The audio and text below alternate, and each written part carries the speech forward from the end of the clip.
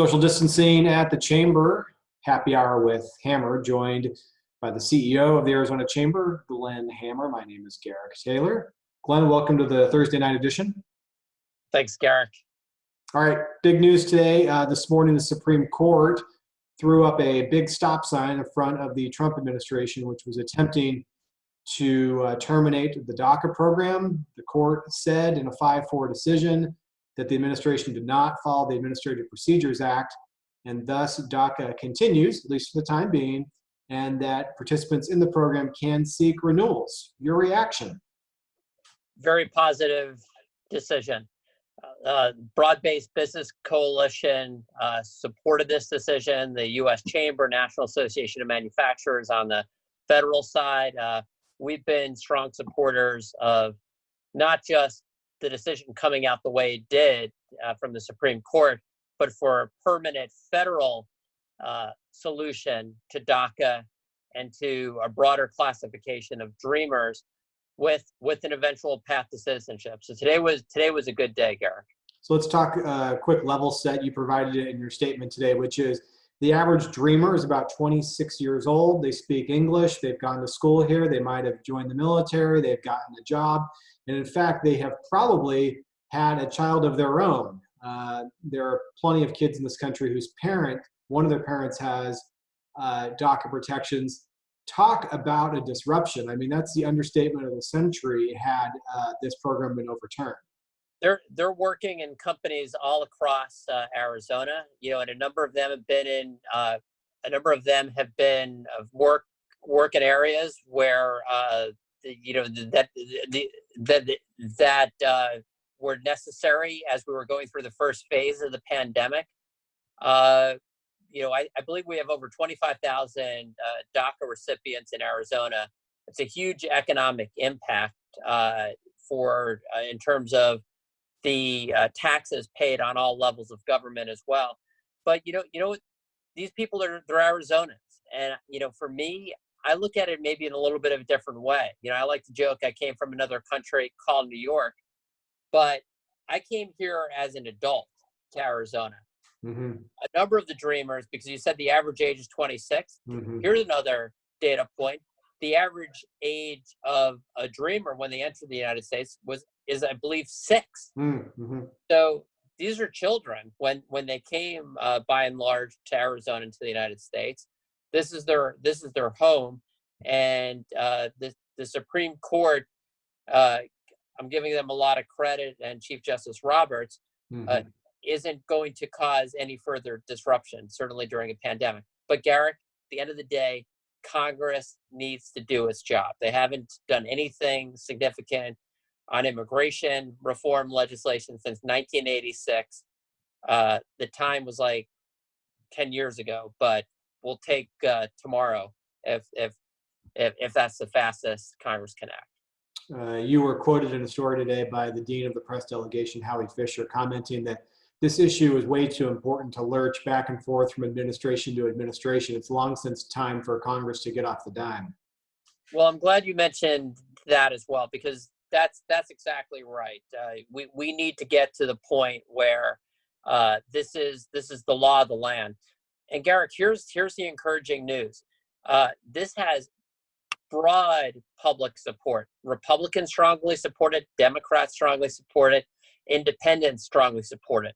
Really, all we need is the Congress and the administration to catch up to where public opinion is, do the right thing, legalize and provide a path to citizenship to the dreamers, while looking at a lot of different other components of immigration reform that are going to be very important for the United States to become more competitive in the post-pandemic world. And we will have a post-pandemic world. I just can't tell you when. Yeah.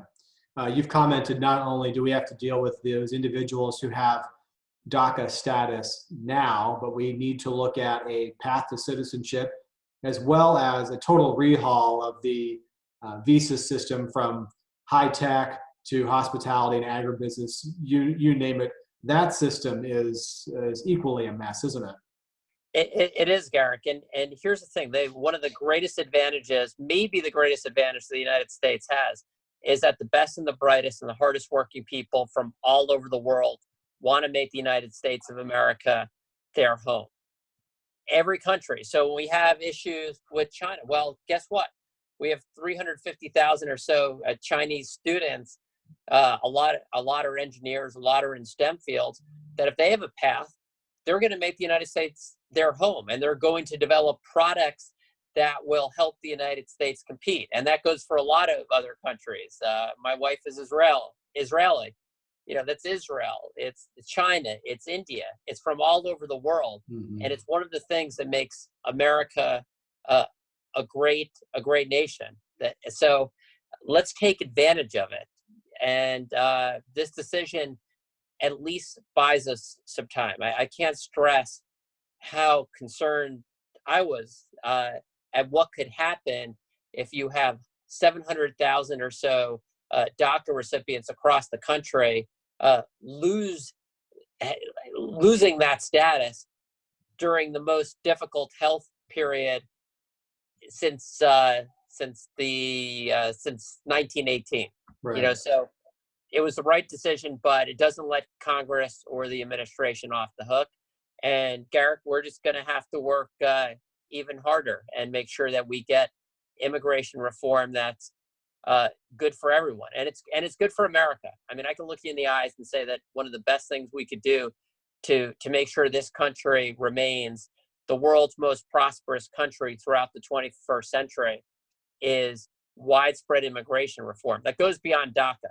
Because I'm going to say this right now, we will not exit the next century, and we want to keep America as the most prosperous country until the end of time, at least until the sun is no longer shining. And it's simply not possible to do if we don't get immigration right. So the good news is Supreme Court acted in the right way. The American public wants to see this happen. Mm-hmm. And we're just going to have to keep driving towards that end goal. It brings me to my next question. Look into the Glenn Hammer crystal ball. We know it's been a little cloudy. About 3 years ago, you stopped predicting when immigration reform would actually happen. Is it worth making predictions when Congress will catch up with the opinion of the American public? It's not impossible for it to happen, perhaps even in a lame duck session this year. We have a lot of things going on, but it feels to me like after the next presidential race, new Congress, either a second term or new president, it seems that 2021, the stars could finally align. So I'm not going to say 2020, but my feeling is 2021. That's when this happens. For those members of Congress or court watchers who look at this decision with some dismay or consider it legislating from the bench, there is a remedy here, which, as you pointed out, is to pass a bill. And if we can do that, then we could move the discussion of where the justices will land. That moves off the table. Well, Garrick, we've been crystal clear. The right place, the right way to do this with all the belts and suspenders is through the United States Congress. There's just no doubt about that, because even though we were delighted with today's decision, this administration or another administration possibly was provided with the roadmap for how to end the program where it would not run into the problems it did in today's decision. Right. So this buys some time, and that's positive. But we're still at the point where we need Congress to act. And again, there's a way to do this where you solve these different immigration problems that have really been tough issues for this country for a number of years, while we're improving our competitiveness, while we're improving our security. We can do it all, and we need to.